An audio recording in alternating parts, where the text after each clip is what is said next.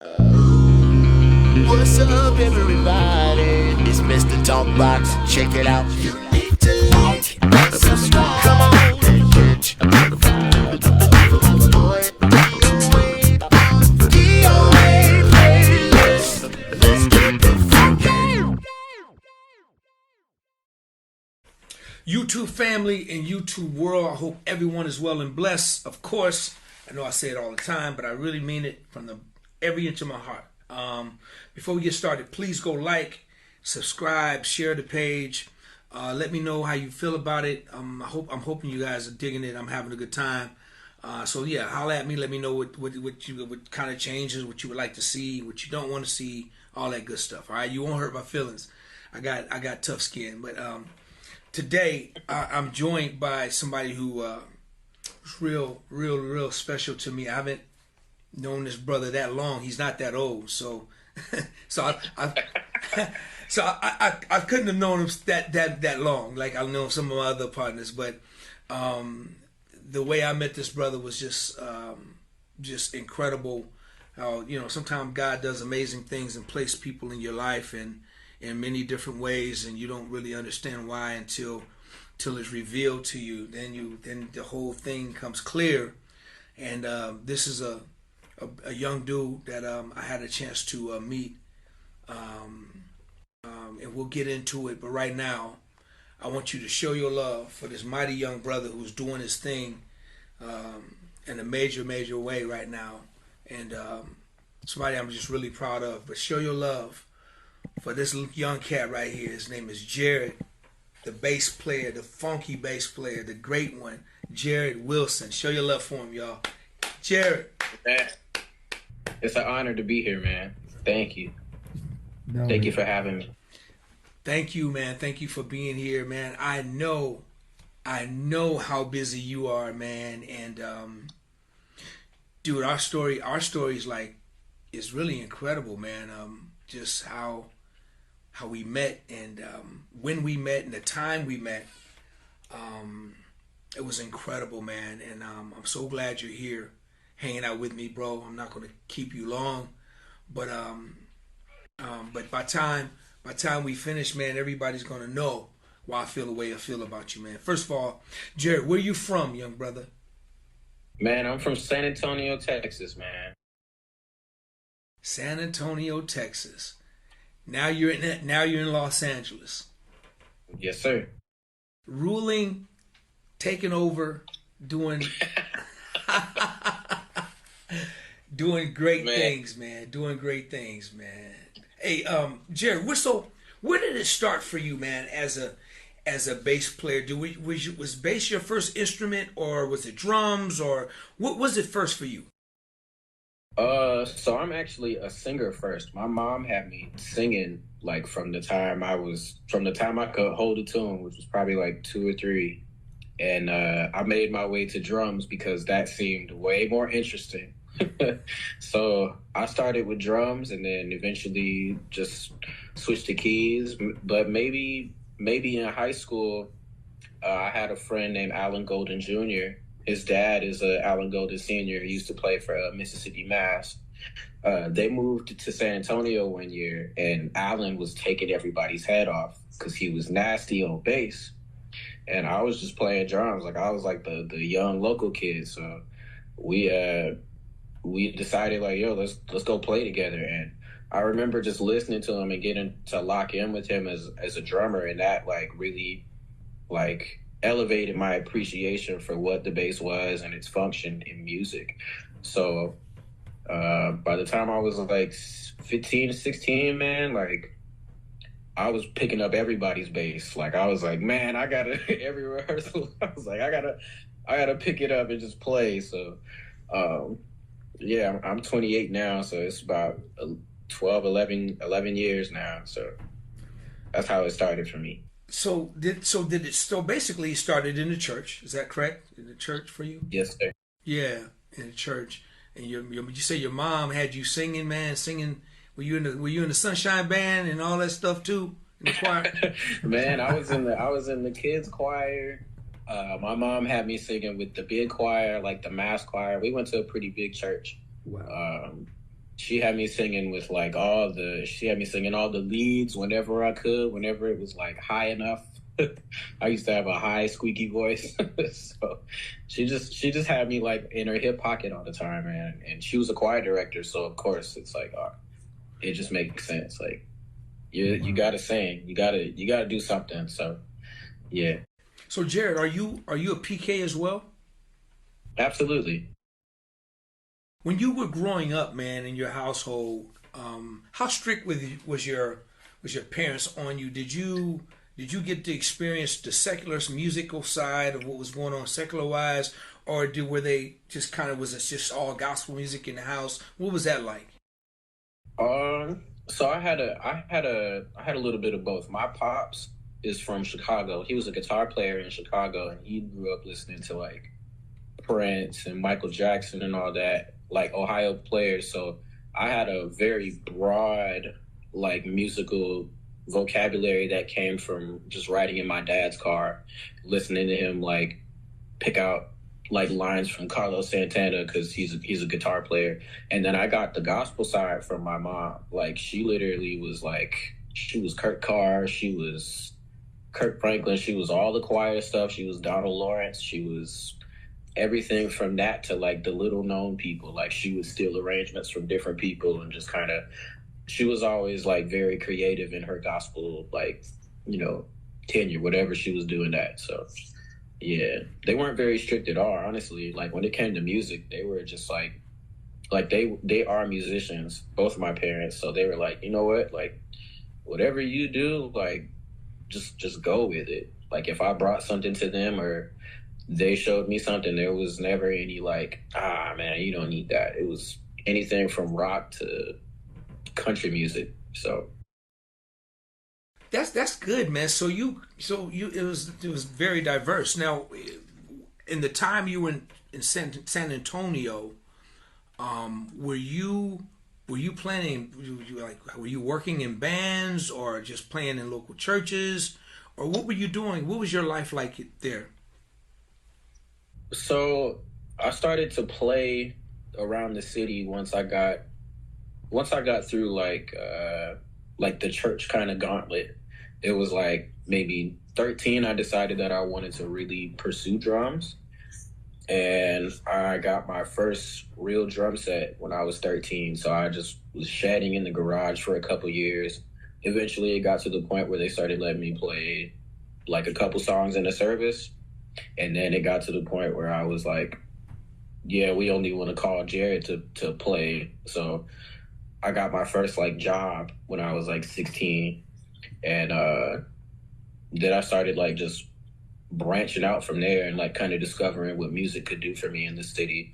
And by the time I was 19, like I had just graduated high school, and I was like, you know what, like I'm ready to do more things. So I started getting into like the country scene out there, and that afforded me the opportunity to like really like take it a step further and call myself a professional, because I was like, taking my church discipline, like, dressing nice and doing, like being on time and all that, or else I'll get yelled at type stuff.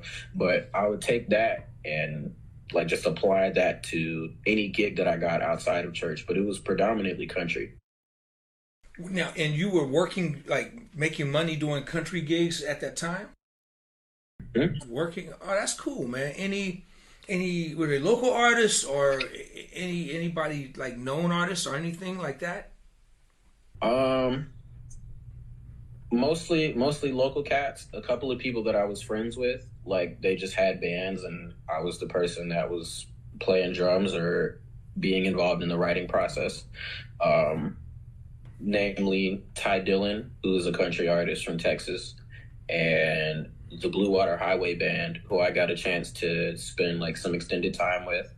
I played with them from like age 21 to 24, right before I moved out here. And that band actually, like once I joined that band, they had just like recently got signed like to like a record deal, and I was able to travel the world with them as well. So yeah, it was like all levels. Like I went with that band from playing in like tiny bars and saloons on the side of Texas roads to like opening for people like Bob Seger in giant stadiums. So now you were playing as a drum. You were playing drums, you say, with these bands. So when did it switch over to solely bass, or just just playing bass for everybody? I want to say, once I moved to LA, like I had never done any like just been a bass player until I moved to LA. Like I literally, it was like I would go play and fill in at church. Like if there was somebody that wasn't around, or like like I got my chops on bass literally just sitting in my room and playing to everything that I possibly could. Wow. Okay, so let's go. Let's get to that right there. So what year did you move to LA? 2019. Okay, so that's around the time I met you, right? That's around the time we met during 2019. Yeah. And see, when you were in LA, you were we met I met this brother at Guitar Center, and I think were you working there at the time? You were working there, right? Yep, I had just gotten a job at the Sherman Oaks location. Yep, and we met at the Hollywood Guitar Center. Absolutely, and I saw this brother there. I was in LA at the time for about, I don't know, I was there for a couple of weeks. I was mixing a project for somebody. I'm not going to mention the artist's name because that artist is not even worthy of a mention right now. So and I was out there for a couple of weeks, and it wasn't a great experience for me, I must say.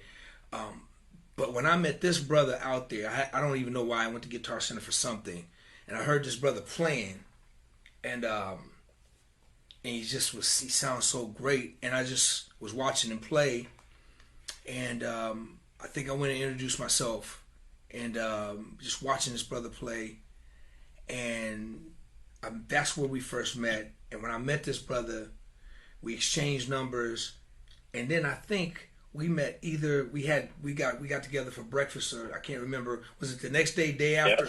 Yeah. So I met yourself, you and your brother. You guys were out there together, kind of like right. Yeah.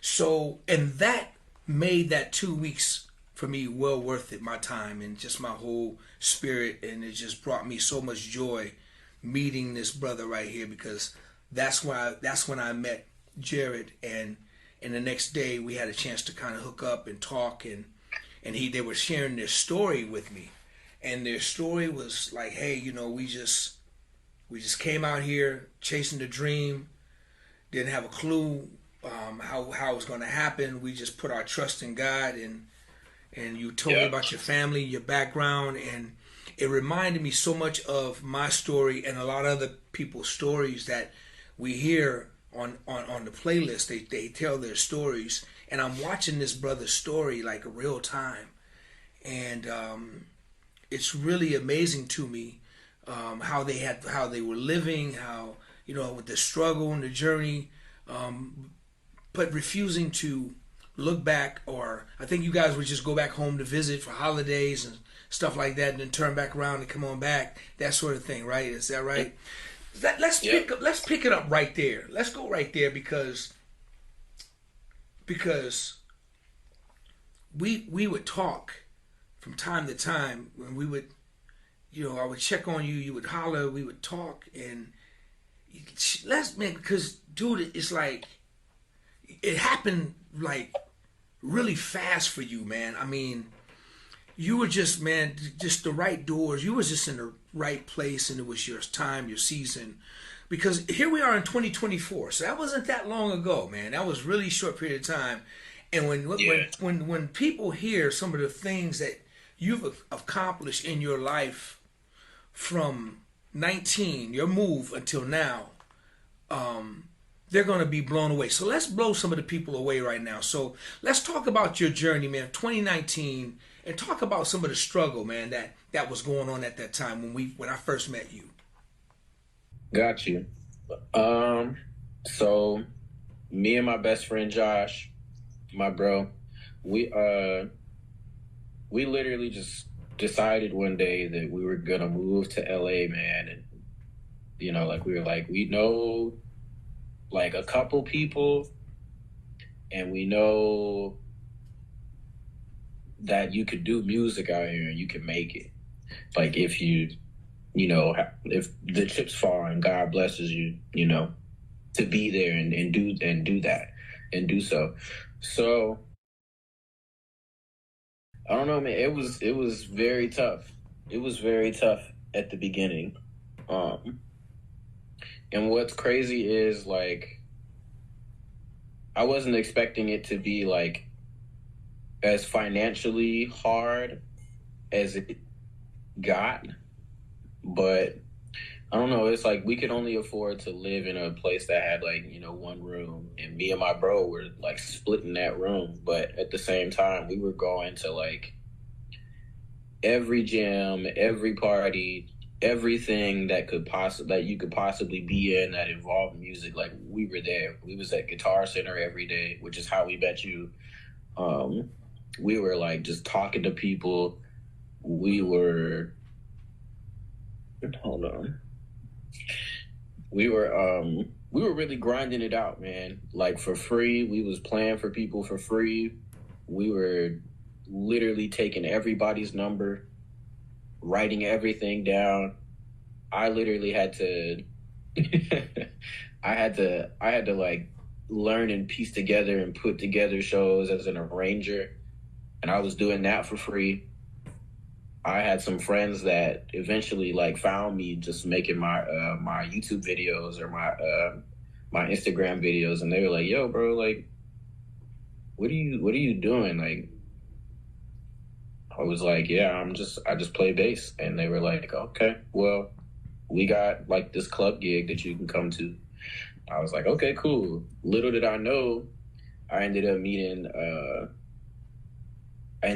like Lawrence Dobson for 1,500 just at a club gig that I had one day. And it didn't really turn into anything until like a couple years down the road.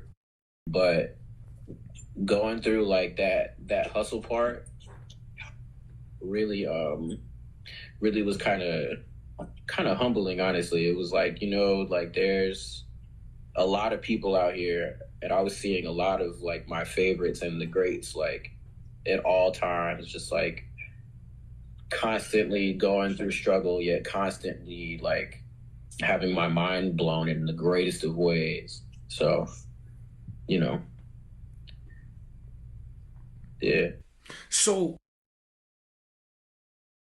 you go to the club, you make a connection that didn't mean anything, you say, till a couple of years later.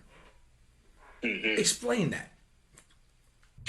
Okay, so I'll say like it kind of like it definitely gave me more incentive. So I won't say it didn't mean anything, but it gave me more like incentive. Like I felt like God like left a little trail of breadcrumbs for me to follow. So anytime that I met somebody that I felt was worth like pursuing or staying around in that room or that arena, I literally would, just give that moment its space in my life and kind of put it to the side and, like leave it where it lies. And eventually like those things just started to kind of stack up and pile up until eventually like, if you're around in a scene, like you eventually see the same faces and people start seeing you. And they're like, "Oh, that guy. Oh yeah, he plays. He's okay. You can come to this thing," and that's eventually what it turned into. But we went through the whole pandemic and didn't have any sort of connection. So when I say like I had to kind of really push that one to the side, it was because like the pandemic really gave us like a long break before I got to actually make good on those connections. Because I had like a spurt where I was like, at the very beginning, I had a spurt where I was playing so much and so often that I got offered like my first like tour, and that one would have taken me around the world. And it was like, wow. I just got my first like major opportunity, but I'm still like struggling to pay my rent. So, it's a ways down the way, and then the world shuts down, and it's like, well, we're gonna pick this up, next week. Next week turns into next month. Next month turns into we got 2 years of doing almost nothing. So, yeah. So that opportunity, who was the artist with? It was a girl named Angelica Ray, and she is from Austin, Texas. A good friend of mine, Nick Clark, was the person that helped me to get that gig. Nick Clark is an amazing bass player. Talk about, so people on my platform, talk about the relationship, how the relationship start to really come together with you and 1500. Let's see. And explain what that is, because I'm sure a lot of people don't know what that is, and it's very powerful. So go ahead. Got you. So 1500 is a group of musicians and producers, and they are from LA. They started in LA. They're all like very amazing in their respective like arenas. But when the things that they do together, they come together like they're just amazing. They're an amazing band. They're an amazing production team. They do stuff all over the community. They have a school, and they offer like young people, actually all people, like a chance to really like learn the business, not only the business, but like the musical side of what's going on in our big industry, our big small industry. So yeah, kudos to 1500 and a definite thank you to them. But I got started working with Mars. He had this thing, or has this event that he throws called After Church LA. I remember I was at church one morning. It happens on Sunday. I was at church one morning, and my friend called me, who was playing it at the time. He was supposed to fill in for another good bass player named Joe Cleveland. My friend Christian Crawford, who is an amazing bass player, called me one morning from church and was like, hey, so I was gonna do this jam thing, and I can't make it tonight. My car broke down. So, like, can you cover me? And I was like, okay, cool. So I go and I show up, and it's like this small studio, and I get to meet Mars, my guy Mars. And I played, and, he was like, hey, yo, like, I do this every week. Like, you want to come back next week? Like, I was like, okay, cool. And the next time I showed up, I had to learn like 5011 songs for 5011 people on the spot. And it was like, hey, you did it. Like, you retained all the information. And, eventually it got to the point where I wasn't there every week, but I was there like a good 2 or 3 weeks out of a month. And this was like on the tail end of the pandemic. So it was like helping me, like by paying me. Eventually, it got to the point where I was getting cool with Mars, me and a couple of friends, and he was doing a performance on Jimmy Fallon, and it was with 1500. So he was like, yo, I know you've been rocking. Like, do you want to do this hit with me? I was like, sure. What's it for? He was like, it's for Jimmy Fallon. So I called my dad. I was like, hey, Dad, I'm about to be on TV. He was like, oh, okay, what you doing? I was like, playing bass. He was like, oh, that's cool. Yeah. Like, my dad has heard me play bass, but he still hasn't like really heard me play. He still lives in Texas, but I was like, yeah, it's for Jimmy Fallon. He was like, get out of here. Like, completely flabbergasted. And I was like, yeah, I've been getting it in. So talk about the artist. Who was the artist? It was Polo G. He's a yeah, he's like a rapper. Talk about, share some of the artists, man, that you've been able to work with 1500, man. Through 1500, I got to work with Polo G. I've gotten to work with Wyclef. I've gotten to work with Mario, Chris Brown. The list is kind of crazy. A guy named Price. I've gotten to work with Coast Contra, who is another like one of my favorites. I've gotten to work with a lot of people that are like just starting out, like Ombre and Meta. Like they're gonna be like the next sort of Victoria Monet kind of artists. Like just amazing people. Dixon, who is another amazing singer. It's a lot. When I like starting to get into the nitty gritty and kind of remember them all, I'm like, It's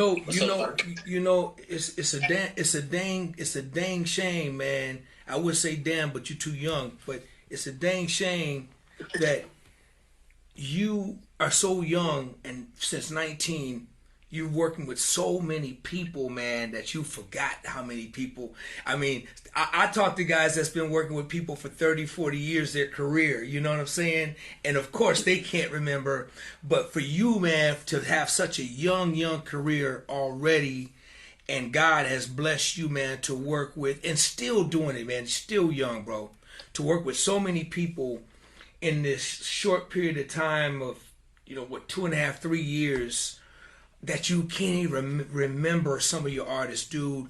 You're truly blessed, man, and you deserve every inch of it, man. Because I'm sure everybody who's watching you on this channel, man, and in this conversation, man, they see how mild mannered you are, man. They see how such a great person you are, man. It's coming through the screen, man, and through this whole podcast, man, that you are a young cat that's got his head on straight, bruh. They can see that your greatness just as a person, so they automatically know, man, that you deserve everything, man, that God is doing for you and it's going to continue to do, man.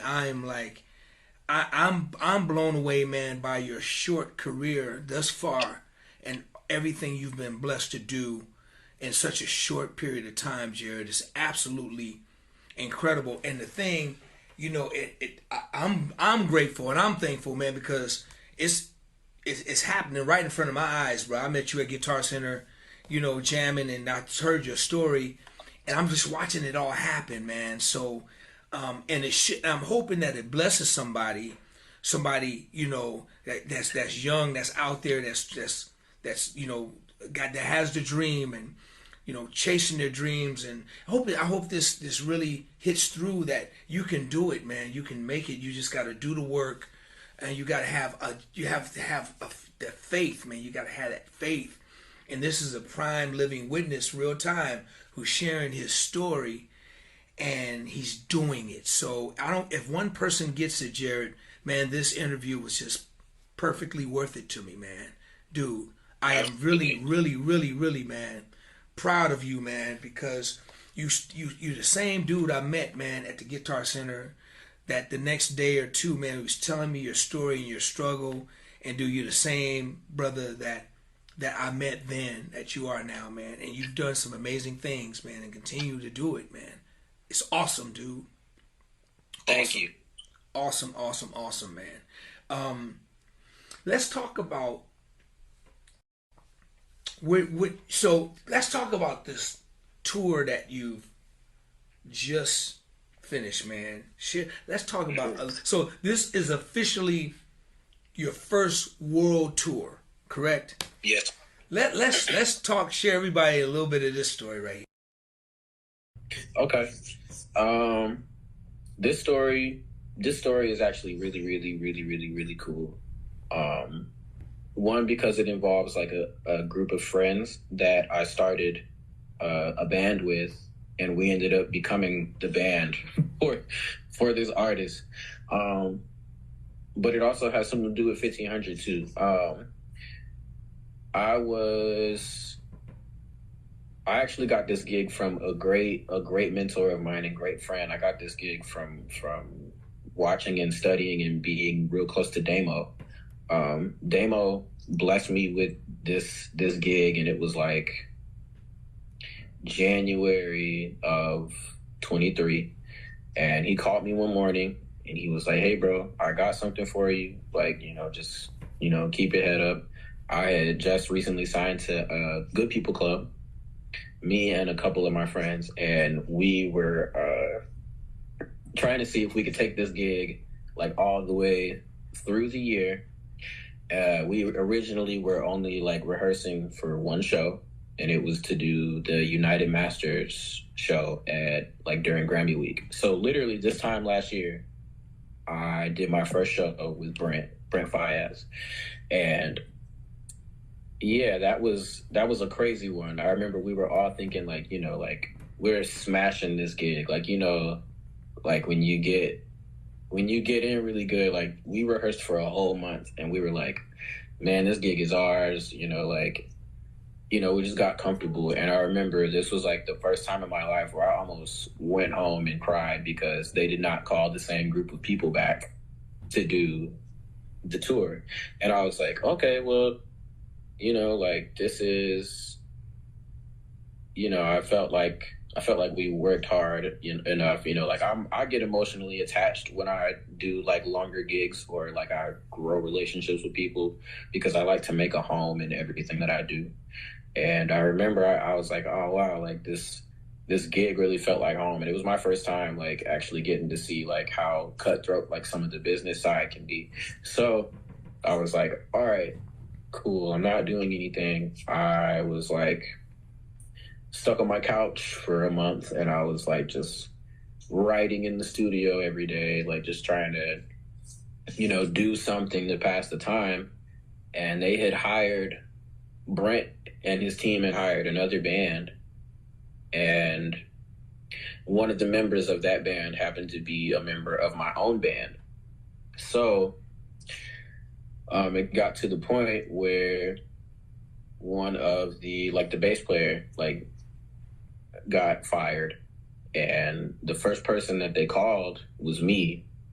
So I ended up getting the gig back a month later, and I was very, very grateful. I didn't know that it was going to be as long as it has been or has turned into, but I'm grateful because it also gave us a chance to, or gave me a chance to really stretch and learn what it's like to rehearse for 4 or 5 months, like how people tell you it is, or when you watch the documentaries that come out and they're like, oh yeah, we rehearsed for 4 or 5 months. I didn't realize how long that felt and how tired I would get of playing the same stuff every day, top to bottom, and you got to do it 4 times perfect or we're not leaving. It's we were really in there like a basketball team. We was in there nah, you messed up right there. We got to start at the very, very top, for you. So, that was cool. I got to really learn about a group of people because they've kept the same group of people from maybe about March of last year till now, and we'll keep the same team through the next couple years. So yeah, we got to the touring part, and yeah, I remember kind of just being oh wow, it's here, and I'm about to be on a tour bus for the first time. So, I packed 2 or 3 bags, and I was like, all right, I'm on a bus. I got a bunk. I made sure I was at least the first or second person on the bus so I could pick the right bunk. But yeah, I remember that day. That day was so surreal. I took so many pictures. Yeah. I had my hair done up all crazy. It was crazy. It was a great just experience. We drove to Denver, played my first sold out show in Denver. Crazy. The whole tour was sold out. So what size venues were you guys doing? What were you guys doing? We were doing things like anywhere from 3,000 to like 5,000 cap. So like good size venues, like new ones, legendary ones, just crazy venues. We did the Salt Shed in Chicago. We did Drake's venue in Toronto. It's called History. Got to play, what is it? Not Wrigley Field, I think. Wherever the Boston Red Sox play, they had just built a venue in there, and that venue was insane. Like, had like 3 levels, like amazingly, like it was insane. And it was one of those things where like it's connected to the ballpark. So when you walk off the stage, you walk down this little hall and you look down the right, and it's like you can see the diamond. So I'm like, I'm a big sports guy, so I was like, oh my God, this is crazy. This is amazing. All right. Insane. Wow. Went there. I got to have my birthday on tour in Miami. My best friends and I, like, I don't know, man. It's crazy. I don't know if you know Rex Williams. He's a guitar player. Young guitar player. That's my very best friend. He ended up becoming my roommate after Josh went back to Texas. But it was me, him, and my best friend Seth playing keyboards. So we had all started a band. We have a band called 208, 208. And eventually, like, we just started pulling our own people into the fold as the team was kind of solidifying. And yeah, there's something to be said for like working with people that you like and that you can tolerate, but it's very different when you like tour with your brothers, like your best friends, like your dogs. Rex is amazing, man. I'm gonna definitely want to link up with him, man. He's an amazing guitarist, man. I've been a fan of his for a long time, since I've been on Instagram, man. So I can imagine you guys, having fun together and traveling the world, man. And your first tour on the tour bus. See, that's tour lesson 101. You got to be if you're the last person on the bus, man, your bunk is gonna be raggedy, bro. You're gonna get the worst bunk. You got at least put a washcloth or something, or a couple of pins, a napkin or something in the bunk so you can claim it, right? Man, I put my whole bag in there, man. I put my whole bag in there first day. Man, you know what? Back right. Man, I'm like, dude, I'm like proud and happy to hear this story, because there's no tours like that. That's a real tour. That's a real tour. People call spot dates tours, and to me, that's not what it is. The spot dates are usually, we're going on a tour, but you're only gigging on the weekends. No, a real tour is when you're on a tour bus, when you're rehearsing, for months and weeks at a time, and then you go, and then you do the tour, and you're gone. The tours, back in the 1900s, son, back in the 1900s. They were real tours, man. You would go out, we would go out and be gone for months at a time. So, and my biggest prayer, man, is as I meet young musicians like yourself, one of my prayers is that, I may not be around when it happens, but I just wish everybody can experience what you just experienced, man, because that's a whole different level of playing bass or whatever, or being a musician. That's a whole Absolutely. different feeling, man. It's like you really can say, man, God, I've actually accomplished a major thing, because it's so much fun, man, when you're out there. I hate to fly. I've been terrified of flying all my life. I never liked it. Still to this day, can't, just hate it. But I've always enjoyed the bus after gig.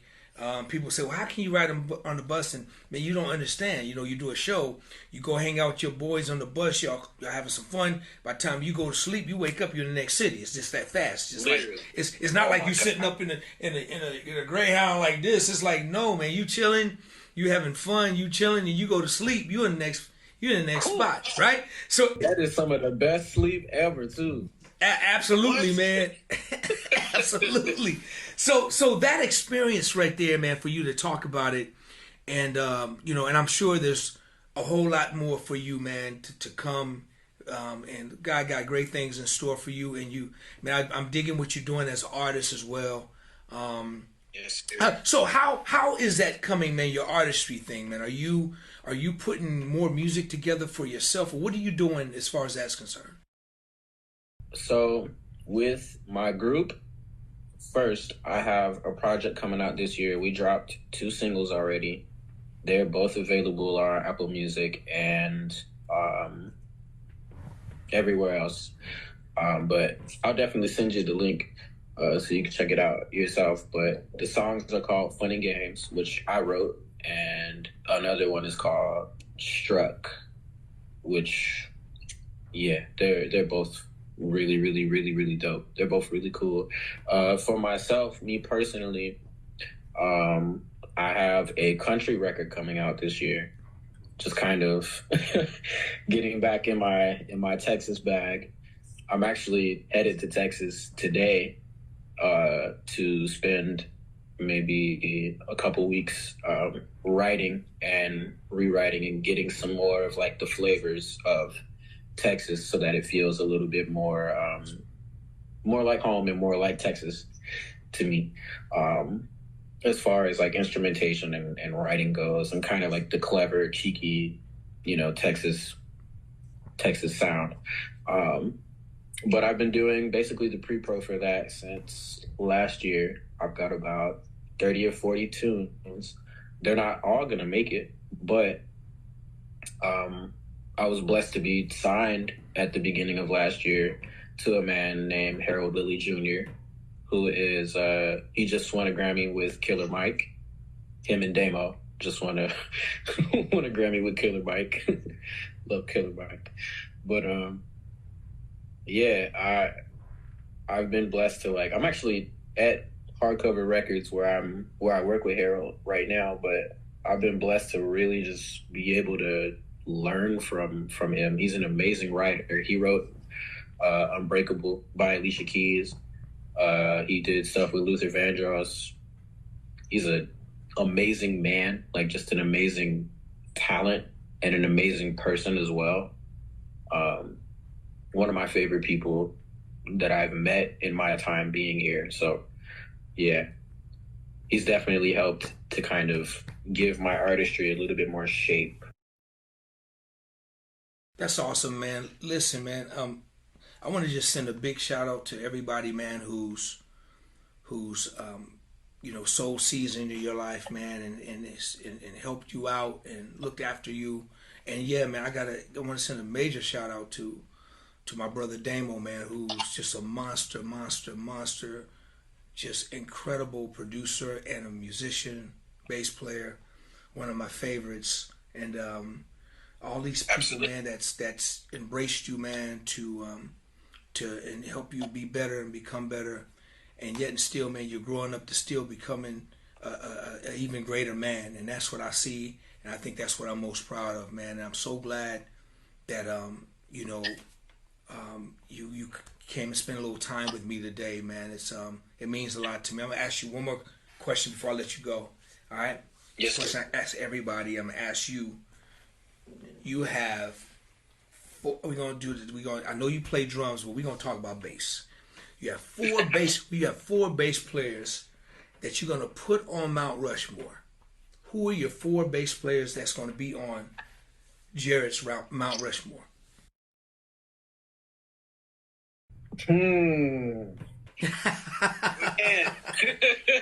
See, that's my favorite part. My favorite part about the question is getting that. Oh man, no, this is tough. Only get four. Oh man, nah, D. That's my favorite part about the question. So take your time, man. I'm listening. Okay. All right. Gotta say Jocko. Have to say Jocko. Only because I really love Jocko. Let's see. Mm. Mm. It's not sad, but It's crazy that I've never had to do a Mount Rushmore of bass players. That's crazy. I'm gonna go with people that I like for the last three, that I really love, that really helped shape my sound. He studied Jocko a lot, so I got to go with Richard Bona, who's one of my favorite musicians just all around. That man can do just crazy things with the instrument. On the gospel route, I had to go with Joel Smith. Joel Smith was like the first person that I kind of really, really just like would listen to when I was playing gospel music. I was like, nah, he gets it. It's his ins and outs.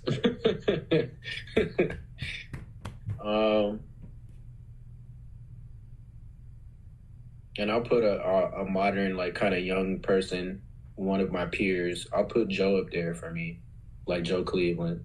Joe Cleveland is probably one of my favorite, just out of the box, like a good person, but also just the things that he does and the way he approaches the instrument, like, always kind of have stuck out to me. He was one of the people that I really studied growing up as well. Wow. Those are great choices. But I'm gonna add mine. I'm gonna add I'm putting one more. We're gonna add a thumb on there, and that's gonna be Jered Wilson, because dude, from your young age, man, and what you have already accomplished, and you know the amount of favor that you have, because you're not only a great musician, but because you're a good person, man. That's why you have a lot of favor, man. You're gonna go up there as one of my, maybe I should just get a young bass players, Mount Rushmore. Maybe I should do that, because I'm gonna start having some of the younger, also some of my favorites, man. And you're definitely one of them. So, man, I'm gonna put you up there, right there with them, man, right there, and we're right there with some of the greats, man.